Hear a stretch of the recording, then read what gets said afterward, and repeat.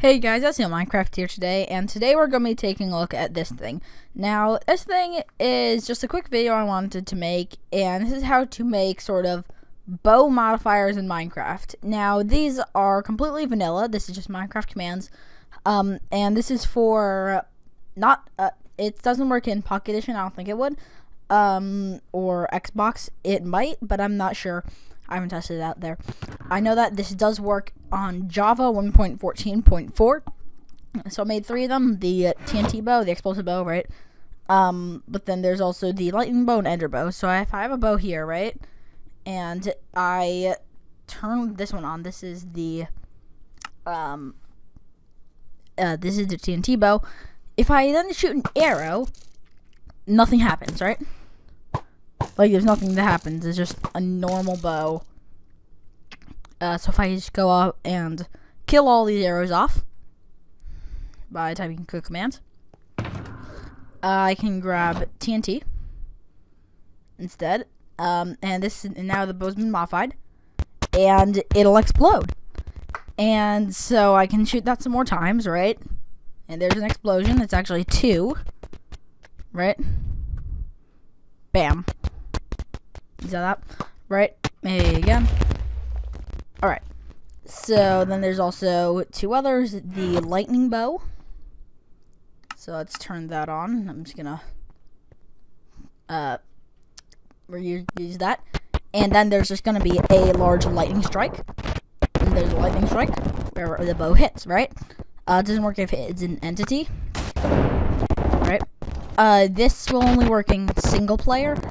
Because the way it works is it'll actually make it so that all bows, every arrow, becomes like a bow and arrow that will actually have this effect.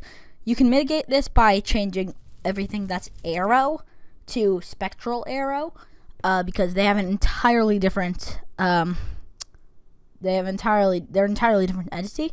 So instead you can do that, and so. But I just have it set to do normal arrows. So that means if I take a skeleton, if I was to have it attack me, right?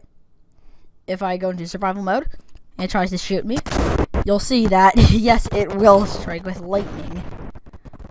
Which is kind of hazardous, although it could be very fun for a sort of survival thing where you go into creative, add this, and then just use that. Alright, so how does one go about building one of these? Well, you use command blocks, and you can't get those through the creative inventory. Maybe you can just skip ahead if you know how to do that, but you go, like, if you can't go in the creative inventory, right? I just searched it up, can't find it, you saw. You press slash, and that'll get you in chat box, /give @p, just ignore the square brackets for now, and then you type in Minecraft : command block, or actually in these new versions, just command block. And you can type tab to cycle through, and it'll autocomplete. Or you could just use your mouse to click on it. That's very useful for new players. I would recommend it. So you can get it, and we place it down and go into the command interface. And we're going to type execute. You don't have to use a slash because it's command block. If entity, right? And I use @p. And this time we are going to use the square brackets. And in the square brackets, we're going to type nbt equals and this, which I copy pasted into here. It's curly bracket, capital I inventory, colon, square bracket, curly bracket, ID, colon, quotes, Minecraft diamond sword, then quotes, curly brackets, square brackets, all that. And basically, just a target selector you can look at right now, and just type that into the command block. Pause the video now. And so now we're going to type in run, execute. So that means this requirement has to be met. The player has to be holding diamond sword in order to also have it so that if entity, and by entity I mean like an arrow, a mob, an armor stand. In this case, yeah, an arrow. And then also NBT, in ground, colon, 1B, or just 1, either one works. Doesn't really matter. Right? And also we can change diamond sword to whatever you want your modifier to be. We're making the TNT arrow right now, so I'm choosing to use TNT, as I think it would make sense. So that means if there's a TNT then in your inventory, then you also shoot an arrow, then it'll run set block, which means it'll place a block above it. Well, it'll run set block right above it with the tildes in one. Redstone underscore block, right? And you can change it to repeat by clicking twice there, and always active, and press done. Now, what this command does is, if we go all the way back, it is a quite long command. Execute, right? So it means execute is if this, then that. So if entity at P, so nearest player, if player has TNT in their inventory, right, which is that, then run the command. Also execute if then. So execute if there's an arrow that is in the ground, right? Then in ground, see? Then it will run another command. It'll run set block right above the command block that is using this command, a redstone block, which will start another command block. That's kind of hard to do. Long command. You might want to use a command generator, but it means that now whenever there's TNT and an arrow, right now I don't have either requirement. I now have one requirement. I shot an arrow, but I didn't have the TNT. There's still an arrow there, but once I pick up the TNT, I have both requirements. And there we go. Now there's a redstone block, right? So now right above it, we can do set block, tilde, -1, tilde, stone. Now that'll make it so that it's basically a sensor for if there is an arrow and you have the TNT. If either of these requirements stops, for example, the arrow gets picked up, then it'll get replaced by stone. So we have a sensor, right? Right now, both requirements. I shot an arrow and also TNT, but now there's no arrow because I picked it up, and I have TNT, but it's only one requirement, and that means that, well, it gets stone, right? There we go, like that, right? Now that's the harder part done. Now we just need to do another execute command. Execute is a very useful command. At E type arrow, and so that means at the arrow, it'll run a command. So it'll run the command at the arrow, like where the arrow is. So execute at arrow, run summon TNT. So we'll spawn a TNT, and by that I just mean a TNT explosion, right near the right next to the arrow. Well, not next to, just on the arrow, right? Now we can use a redstone repeater going out of this redstone block, and we can add another command block. And we need to have a redstone repeater because that means that we actually have time for the other command block to run, because then we have to kill the arrow. Otherwise, the arrow won't actually die from the explosion TNT. Instead, the arrow will actually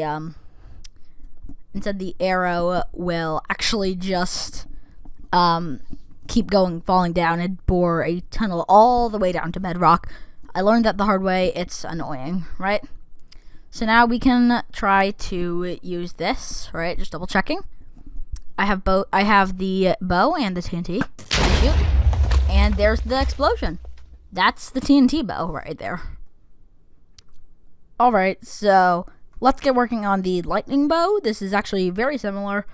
All we gotta do is we got to, hold control and middle click on a block to get that exact block. So the exact block it's a command block with a command in it. We're going to go all the way back to near the beginning of commands, change Minecraft TNT to whatever you want for lightning. I chose to use glowstone dust because it's yellow, I guess, since kind of is so is lightning. I mean, like, it's an item, and I just use it for lightning. So then we press done, and we have glowstone dust. Let's just double check that this works. Bam, both requirements met. There we go. Right? we got both requirements there, so we got that. Now I can control mill click onto this and set blocks stone.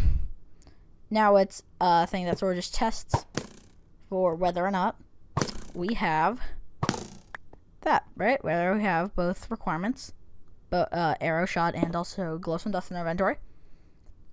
So then we control click on one of the other command blocks. We change TNT to lightning bolt.